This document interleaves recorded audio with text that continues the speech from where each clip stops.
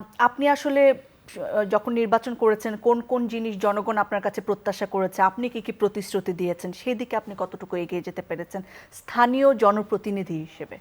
আমাদের আম, উত্তর চট্টগ্রামের একটা বড় সমস্যা হয়েছে যে এই অবৈধ বালির ব্যবসা। আমার প্রমিস ছিল আমার এলাকার মানুষের কাছে যে যদি আপনারা আমাকে ভোট দিয়ে সংসদে পাঠান, আমার প্রথম কাজ হবে এই বালির ব্যবসা আমি বন্ধ করে দিব।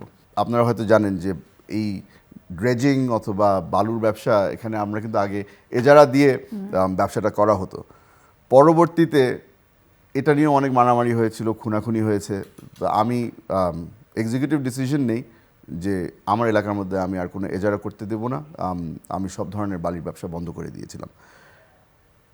বাস্তবটাও বলতে হয়, যেই বৈধ ব্যবসা অথবা যেই বৈধ এজারাগুলো আমি বন্ধ করেছি, ওটার পরেও এখন অবৈধভাবে কিন্তু বালির ব্যবসা কিছুটা চলছে।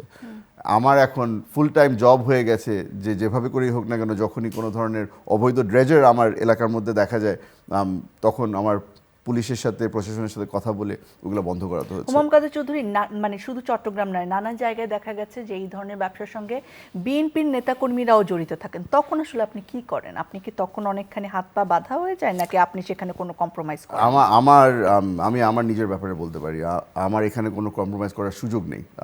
আমার ভোটের যখন আমি তালিকাটা দেখি, আমাকে কত মানুষ ভোট দিয়েছে, আমাকে কে ভোট দিয়েছে, তখন আমার রেসপন্সিবিলিটি একটু ভিন্ন হয়ে যায়। আমাকে খালি বিএনপি ভোট দেয়নি, আমার এলাকার মধ্যে সাধারণ জনগণ আমাকে ভোট দিয়ে সংসদে পাঠিয়েছে। আমি তাদের জন্য রেসপন্সিবল। তো এখন এই অবৈধ ব্যবসার সাথে যদি আমার দলের মানুষও জড়িত থাকে, এখানে আমি কম্প্রোমাইজ করব।